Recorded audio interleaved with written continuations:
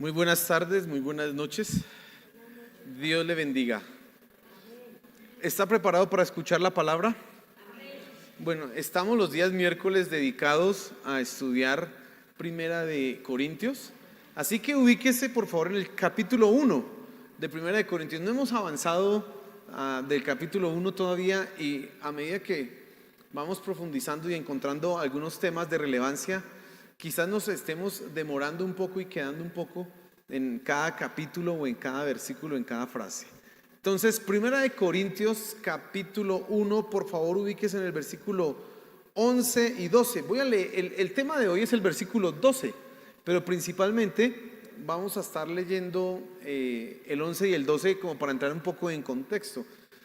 Y he titulado la enseñanza esta tarde, Afectos y desafectos. ¿Por qué afectos y desafectos? Usted sabe qué es el afecto, ¿no? Es ese sentimiento, esa actitud, eso que se da en nuestro corazón hacia una persona. Yo siento afecto hacia una persona. Pero también está el lado contrario, que es un desafecto. Y pues el desafecto será ese sentimiento negativo, un poco desobligante, como apático frente a una persona. No necesariamente puede ser esto brusco o violento, pero sí por lo menos es ni fu ni fa, como que no me produce nada. Digamos que ese es el desafecto, aunque el desafecto puede avanzar y volverse algo todavía mucho más profundo, digámoslo así, mucho más evidente, pero vamos a hablar de esas dos palabras esta noche. Y vamos a fijarnos un poco en lo que significó para la iglesia de Corinto, pero también vamos a pensar en nosotros, vamos a pensar en nuestra vida. Recuerda que la iglesia como Cristo la estableció en el mundo, la estableció para ser un cuerpo, una familia. Entonces, en la iglesia se supone que todos nosotros estamos hermanados por nuestra fe en Cristo Jesús, y eso nos hace personas que tienen un mismo objetivo, una misma meta, un mismo rumbo, y además que están llamados a amarse los unos a los otros. Por lo tanto, cuando nosotros hablamos de afecto y desafecto en el contexto de la iglesia, es algo que tenemos que prestarle atención, porque nos puede llevar o a cumplir la palabra de Dios o a no cumplirla. Recuerde que Pablo está profundamente preocupado porque ve que la iglesia en Corinto está perdiendo la unidad, está perdiendo esa fraternidad de hermanos, y ahora entonces Pablo se propone y se preocupa por hablar de esos temas que son relevantes, y uno de esos es la unidad. Uno de esos es que no hayan divisiones, que no hayan conflictos. Y una de las causas para que hayan conflictos y divisiones en la iglesia son los afectos y los desafectos. No sé si a usted le ha pasado o ha tenido la experiencia de llegar a un lugar y de repente con una persona, como que dicen por ahí hoy, hice clic. Y eso de hacer clic con una persona es que como que nos entendimos, como que wow, oh, qué chévere, como que veíamos las mismas películas, escuchamos la misma música, como que hasta el mismo bus por ir al trabajo cogíamos, y todo como que tan común, tan chévere, ¿no? Pero hay otros con que ni clic, ni conexión, ni nada, como que dicen por ahí, eso fue la cosa fue como en reversa. No, eso nos miramos y ya la siguiente vez que lo fui a ver, lo que sentía era una cosa en el estómago, porque, ay, este personaje. Bueno, ¿ha tenido esa experiencia? Bueno, si usted ha tenido esa experiencia, entonces se va a sentir identificado un poco con lo que pasaba en la iglesia de Corinto. Vamos a orar antes de entrar en materia, para que Dios sea hablándonos hoy, para que sea hablando a tu vida con los versículos que vamos a estar hoy estudiando. Señor, queremos exponernos a la luz de tu palabra. Queremos que sea la escritura, tu palabra inspirada, la que hoy habla en nuestros corazones, la que hoy trate con nosotros. Por favor, Padre Celestial, glorifícate. Te lo suplico, Señor, glorifícate. Que en ese tiempo que vamos a hablar del afecto, del desafecto, de las relaciones al interior de la iglesia, nosotros podamos revisar lo que está pasando en nuestro corazón y podamos cambiar. Te lo suplicamos, Señor. Amén y amén. Vamos a leer entonces el versículo 11 y 12 de Primera de Corintios capítulo 1. Dice así el pasaje: porque he sido informado acerca de vosotros, hermanos míos, por los de Cloé, que hay contiendas entre vosotros.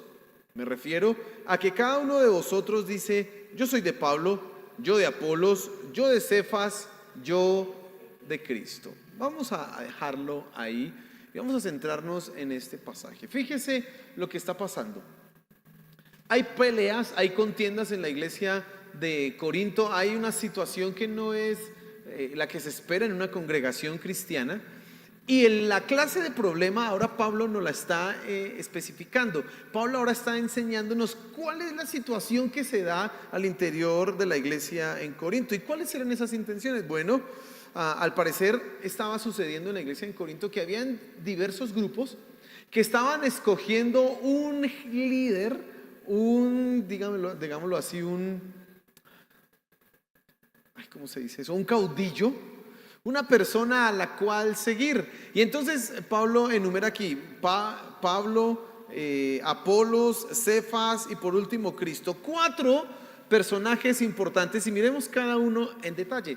Pablo fue el fundador de la iglesia en Corinto. Pablo es uno de los grandes apóstoles.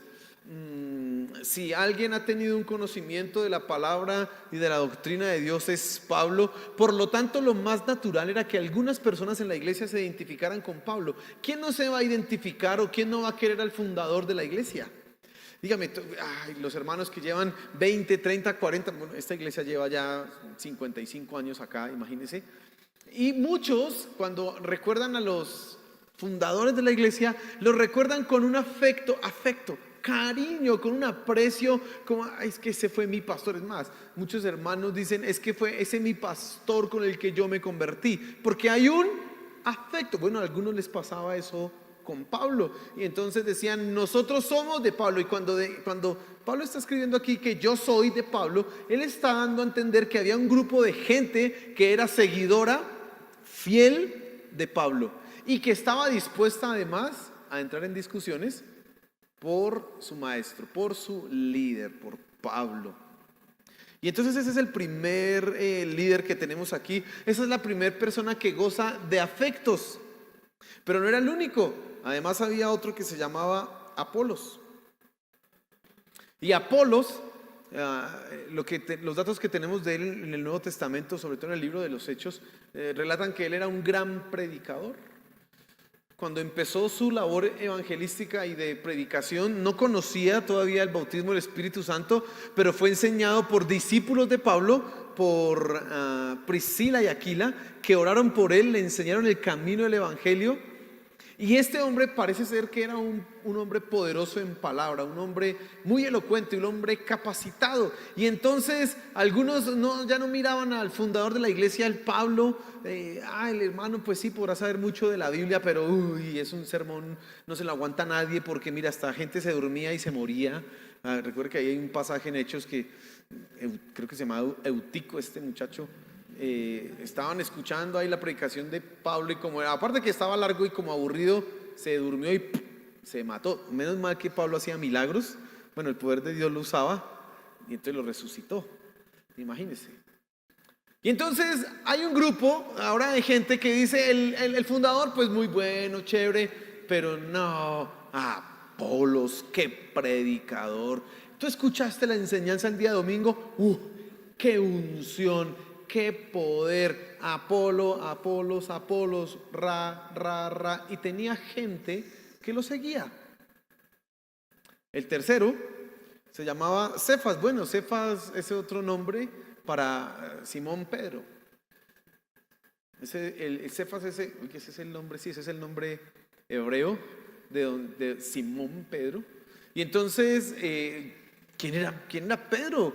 Bueno, es uno de los discípulos más importantes. En las 4 listas que hay de los discípulos del Señor Jesús, Pedro está de primeras siempre. Y está de primeras no porque sí, está de primeras porque al parecer él tenía la preeminencia entre los 12, entre los 3 más importantes que estaban con el Señor Jesús, Pedro, Jacobo y Juan. Parece ser que Pedro tenía preeminencia. Recuerde que a Pedro es el que le dice el Señor Jesús: ¿me amas? Sí, maestro, tú sabes que te quiero, apacienta mis corderos. ¿Me amas? 3 veces se lo dijo. A Pedro Dios le reveló la identidad del Señor Jesús. Usted lee por allá en Marcos capítulo 8, el Señor Jesús le pregunta a sus discípulos: ¿quién dice la gente que soy yo?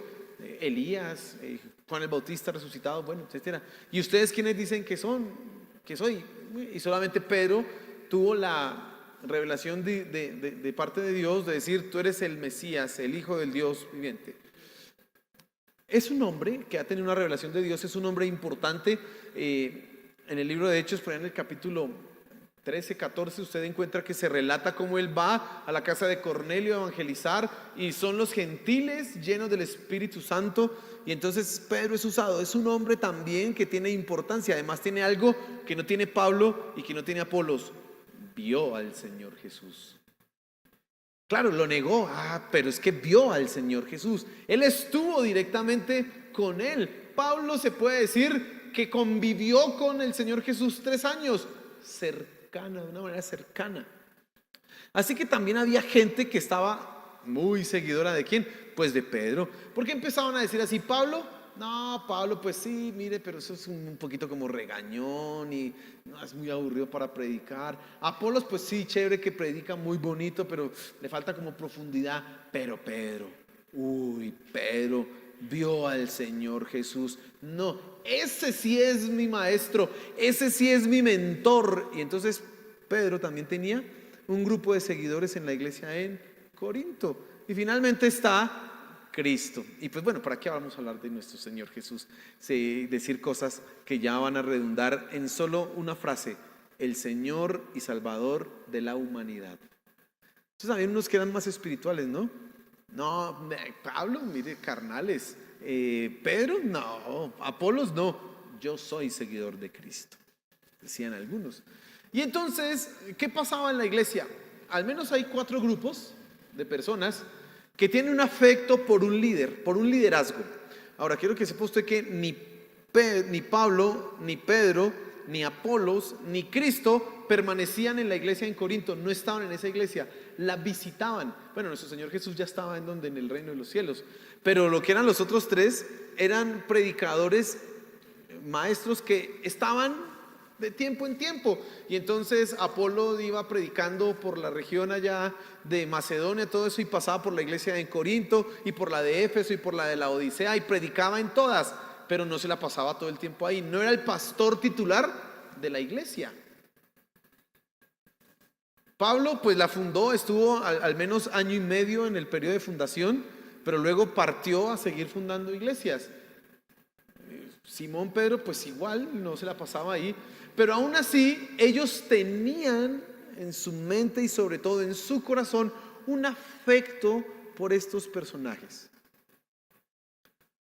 Pero recuerda que Pablo está hablando de ese afecto de una manera negativa. Él no está hablando de una manera positiva. Porque si solamente nos dijera que los amaban, pues muy chévere, porque que ame, uno amar a su pastor, uno honrar a su pastor, uno admirar a una persona, pues eso está muy bien. Pero es que Pablo lo habla en un sentido negativo. Entonces, ¿cuál era la clase de conflictos? Bueno, la clase de conflictos que se daban en la iglesia de Corinto estaban precisamente por los afectos y los desafectos. Y entonces era muy probable que estas personas que no estaban de acuerdo con los otros maestros empezaban a generar ciertas actitudes que generaban conflictos en la iglesia. Algunas voy a mencionar. Primero, desautorizar. Imagínate lo siguiente: si yo soy adepto, tengo un afecto por Pablo, si yo escucho a predicar a Apolos, ¿qué voy a pensar? Si Pablo hubiera predicado eso. Ahora, Pedro, es que se negó a Jesús. Pablo nunca lo negaría. Y empieza así el discurso, y yo no me quedo callado con eso, sino que se lo voy diciendo al de al de al lado, a mi amigo. Bueno, pues Dios es Dios. Si hizo hablar un burro, pues de razón puso a ese ahí a predicar. Pero si estuviera Cristo entre nosotros.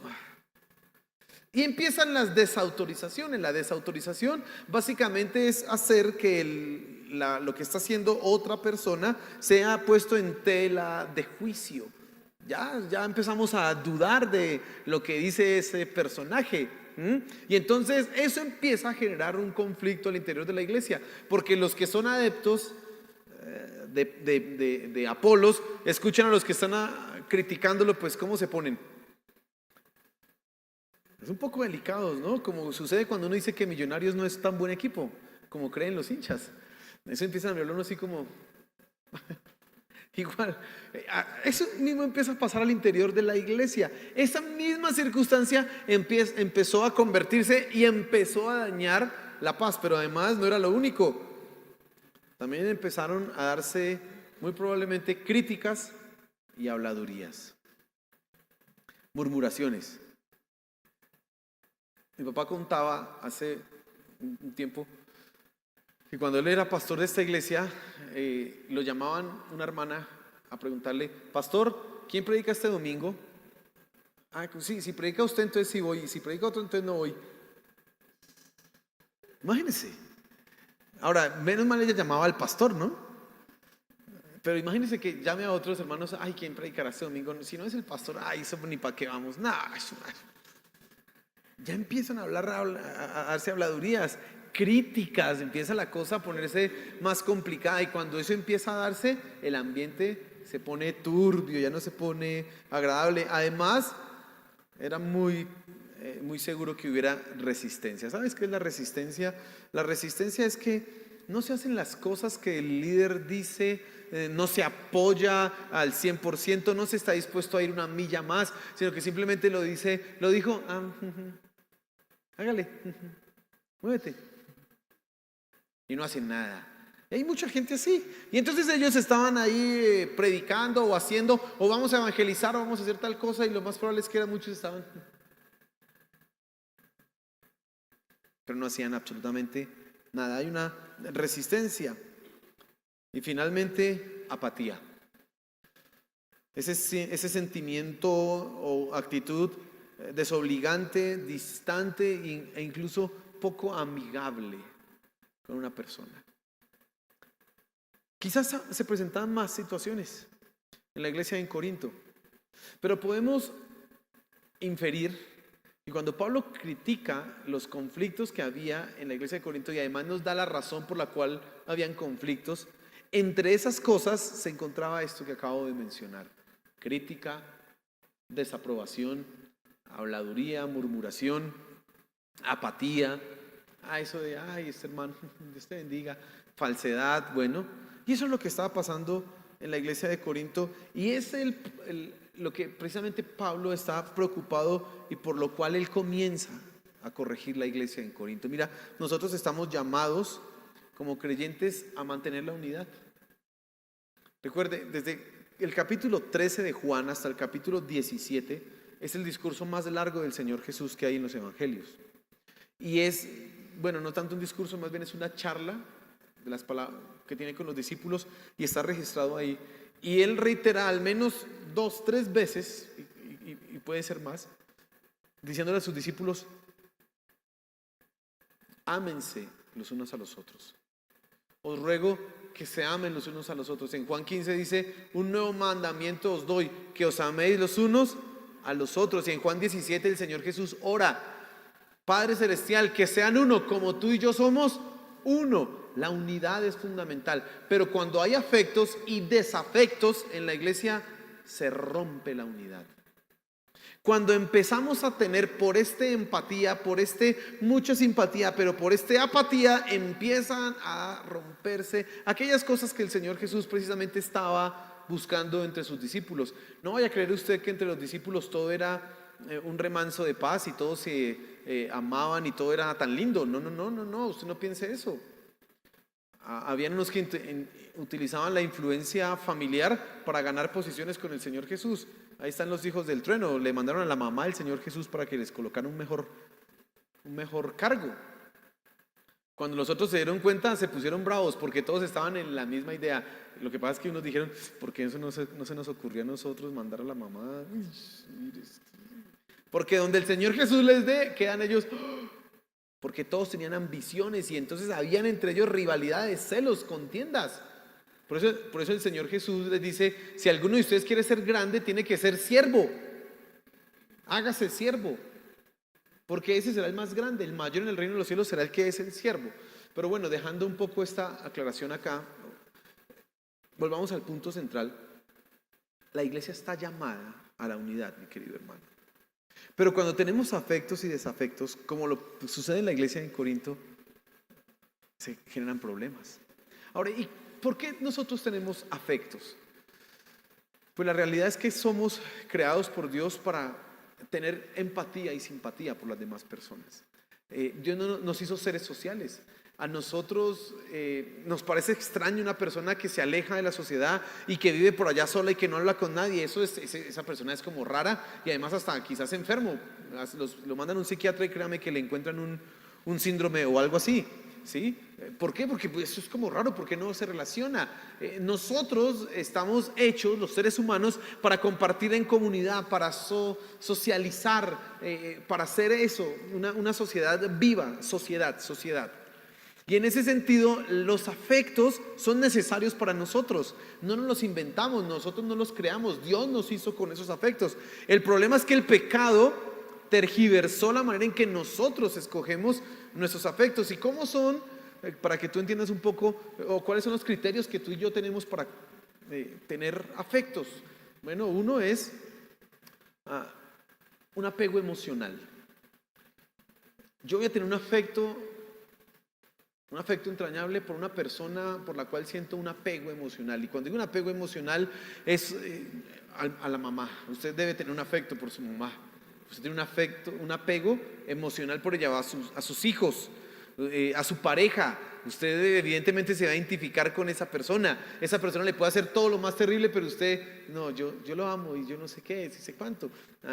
Me gusta mi sobrino Jerónimo. Una de las formas para molestarlo es decirle a él que es feo. Y cuando le dice que es feo, bueno, ahí medio se ríe, pero cuando le dice que la mamá de él es fea, no.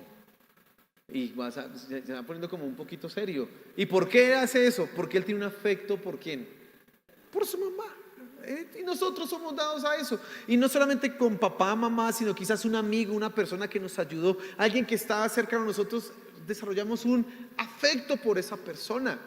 Pero también desarrollamos un afecto por las personas que admiramos. Cuando tú admiras a alguien, tú vas a desarrollar un afecto. Y la admiración va de toda índole, por su carácter, por su ejemplo, por su capacidad intelectual, por los logros que ha tenido, porque es el líder, bueno, no sé. Entonces tú lo admiras y empiezas a desarrollar un afecto por esa persona. Probablemente no lo conozcas tan cercano. No seas tan cercano a esa persona, pero tú lo admiras y ya te genera un afecto. Entonces, cuando eso pasa mucho, por ejemplo, con los deportistas. A nosotros nos van a gustar un deportista X o Y. No conocemos el deportista, pero ese que nos gusta nos genera cierto afecto. Y hasta le podemos pasar unas malas jugadas. No somos tan parciales en eso, somos más bien... Perdón, no somos tan imparciales, somos totalmente parciales, subjetivos, con ese que es de nuestros afectos, porque pues nos agrada, yo lo admiro, me parece, me llama la atención esa persona. Y otro criterio para nosotros escoger nuestros afectos es personas que tienen intereses comunes con nosotros. Y entonces si tú eres, te gusta la bicicleta, montar bicicleta, pues probablemente tengas afecto por personas que monten bicicleta. El simple hecho del relacionamiento te hace tener un afecto con esas personas. Tú vas a buscar compartir tiempo con esas personas.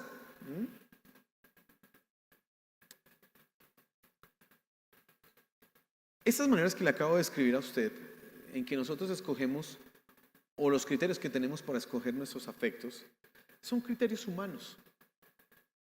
Si nosotros vamos a la Escritura y a considerar los pasajes del Señor Jesús en donde le dice a sus discípulos, ámense los unos a los otros, no hay ninguna consideración de admiración, de algo en común, de un hobby que podamos compartir. Bueno, sí hay algo en común que es la fe, pero nada más de eso. No hay ningún afecto entrañable de que venga, es que este me vio nacer, me vio crecer. No, fueron reunidos de diferentes lugares, 3 años caminaron juntos. Ahí tienen que aprender a amarse. Por lo tanto, la Biblia a nosotros nos llama a tener un criterio totalmente diferente en cuanto a nuestros afectos.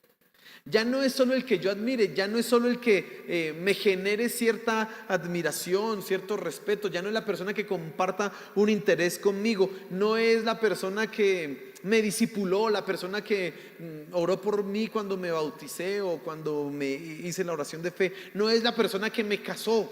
No, debemos amarnos todos los unos a los otros. Así que el afecto, cuando el Señor Jesús le dice a sus discípulos que tienen que amarse los unos a los otros, es una orden que está dada para todos. Yo tengo que amar, yo tengo que sentir un afecto por todos mis hermanos en la iglesia. Amén. Así debe ser. Esa es la manera en que tú y yo debemos llevar nuestros afectos en la iglesia. No por una persona, no por alguien del interés, no por una persona que a nosotros nos parezca, no, sino que estamos llamados a amar absolutamente a todos. Y ese era el problema de los corintios, que estaban escogiendo a uno en detrimento de los demás y no se estaban dando cuenta que estaban llamados a amarlos a todos. Que si los amaban a todos, que si los admiraban a todos, que si sentían afecto por todos, ellos iban a ser bendecidos e iban a mantener la unidad de la iglesia. Pero lo cierto es que tenemos desafectos. Como mencioné hace un momento, el pecado ha roto nuestra manera de amar. Y quiero que pienses un momento en algunas preguntas que voy a hacerte.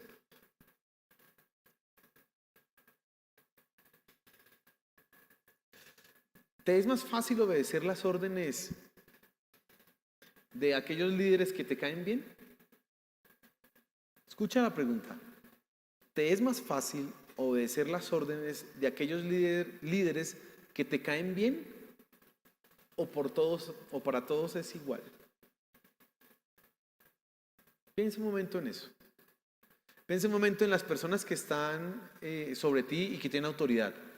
Míralos ahí, trata de pensar en ellos. Y piensa, si me dice este, pero si me dice este, ojalá no me diga nada de este. ¿Qué pasa por tu corazón? Porque eso revela qué afectos y qué desafectos tienes.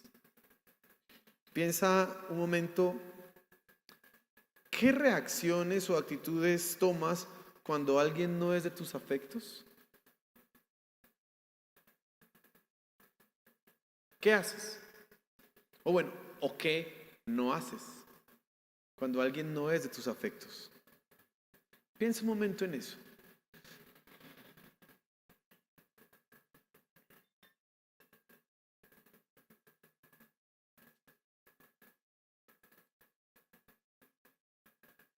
Y te decía que tenemos desafectos también. A los corintios les pasaba eso. Unos decían yo soy de Pablo, otros de Apolos, otros de Cefas, otros de Cristo, y eso los llevaba a entrar en confrontación. Entonces unos simplemente no aceptaban la autoridad de Pablo. Por eso usted encuentra en 1 Corintios que Pablo tiene que decir yo también soy apóstol, yo también tengo autoridad. Y entonces si uno dice, ¿y por qué Pablo tiene que decir eso? Pues porque simplemente hay gente que no le cree o que ya no quiere hacerle caso. Ahí en el capítulo 2 él dice, pues ustedes en Cristo tendrán muchos maestros, pero solo un padre. ¿Por qué Pablo usa ese argumento? Pues porque se le querían pasar por encima, no lo querían tener en cuenta. Habían conflictos en la iglesia. Mira, los desafectos nunca son pasivos. Escucha eso, los desafectos nunca son pasivos. No, es que esta persona no me cae bien, pero no hay lío, no hay lío. No, siempre hay lío. Cuando alguien no te cae bien, siempre hay un problema, siempre hay un inconveniente, siempre hay algo que no está funcionando como debe funcionar, siempre hay una situación que no está andando como debe andar. Nunca esto es pasivo, nunca es esto algo que se queda como inocuo. No, no, no, hay algo. Siempre el desafecto es activo. Te va a generar por lo menos una actitud negativa, y si no, una crítica, o si no, una habladuría. Y si vamos avanzando, te va a llevar a generar una división, te puede llevar a romper inclusive una iglesia. Mire, ¿de dónde cree usted que surgen las divisiones en las iglesias? Muchas de esas han surgido por gente que ha tenido un desafecto, un desapego contra el líder, y entonces arrastra a otros y nos vamos y hicieron toldo aparte. Así surge. Nunca esto es pasivo. Y entonces, si tú ahorita en las preguntas que te hice llegaste a considerar que realmente tenías un desafecto por alguien, tienes que caer en la cuenta que tienes que corregir, porque eso nunca es pasivo, eso es activo. Estás haciendo algo, estás actuando de una manera que va a afectar la unidad de la iglesia. Si tú tienes un desafecto, no vas a mostrar ninguna clase de cariño, de empatía, de simpatía. Y si es el caso, vas a ser un hipócrita. Si es el caso que tendrás que encontrarte con esa persona, vas a ser una persona falsa. Recuerda que la Biblia dice en Efesios: no os mintáis los unos a los otros. La hipocresía no puede ser parte de nuestra vida.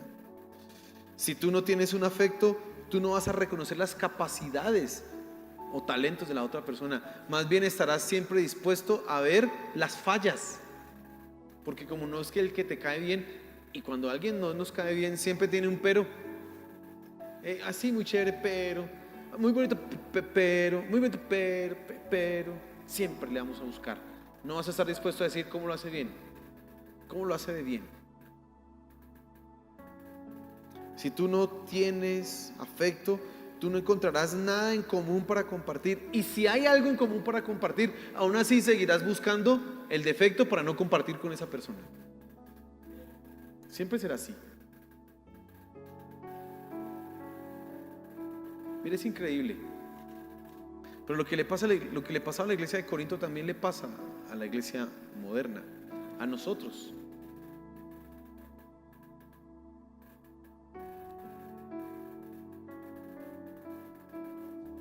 Personas que no se sujetan a sus líderes,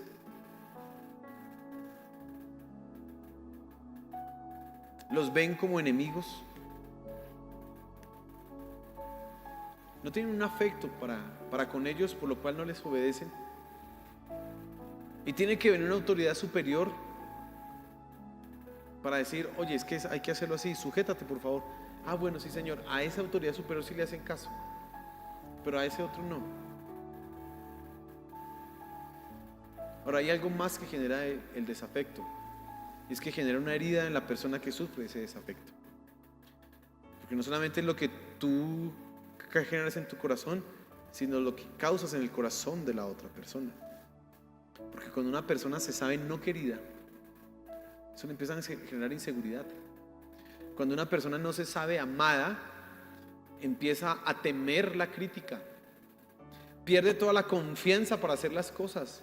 Ahora está pendiente más de lo que digan, del run run, y no de hacer las cosas con tranquilidad.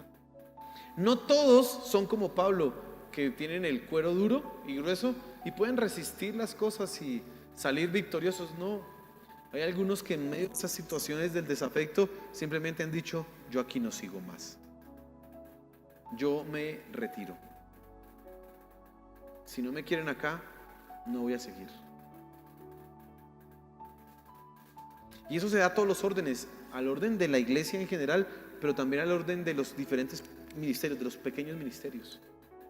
Cuando hay un desafecto con el líder o hay divisiones en los diferentes ministerios, eso va a dañar y el ministerio no va a crecer, no va a poder fluir como debe fluir.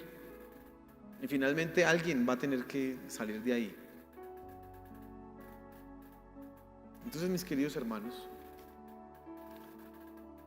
tenemos que pensar bien en nuestros afectos y más bien llevarlo a la palabra de Dios. Yo estoy llamado a amarlos a todos. Yo estoy llamado a amar a todos mis hermanos, a ser uno con ellos, y no solamente con aquellos que me caen bien o con los que tengo empatía, con los que la paso súper chévere. No, con todos mis hermanos estoy llamado. Esa es la tarea de la iglesia.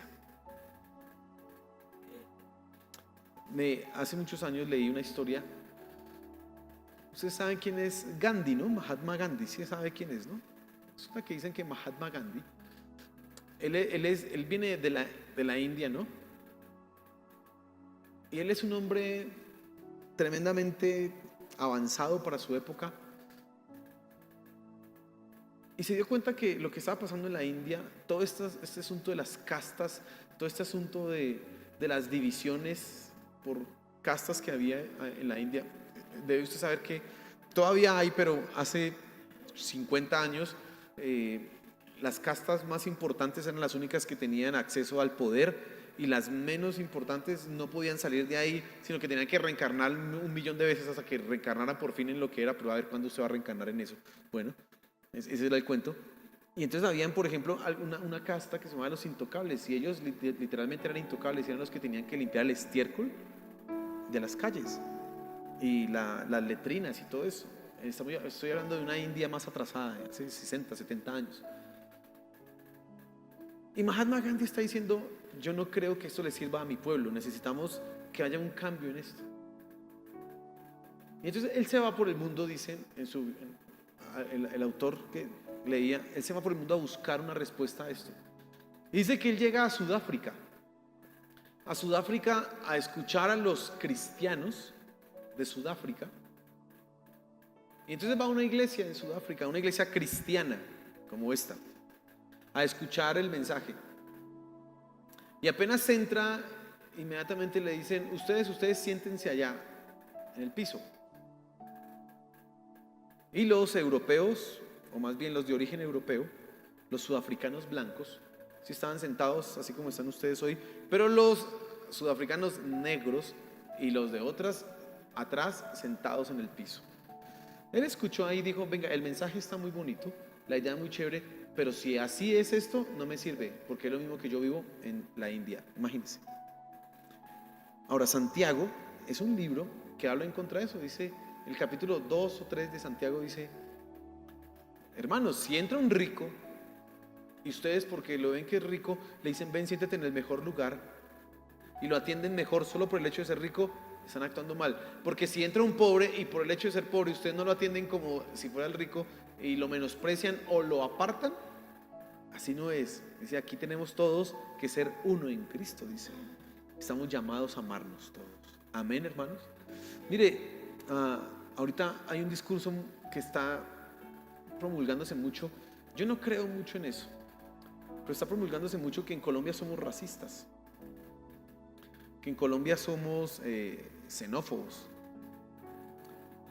Pues no falta el que sí haga cosas que no son correctas, pero en términos generales yo creo que el colombiano no es racista, pero nos está metiendo ese discurso que somos racistas, que somos xenófobos. Es decir, que al extranjero nosotros lo rechazamos, lo tratamos mal.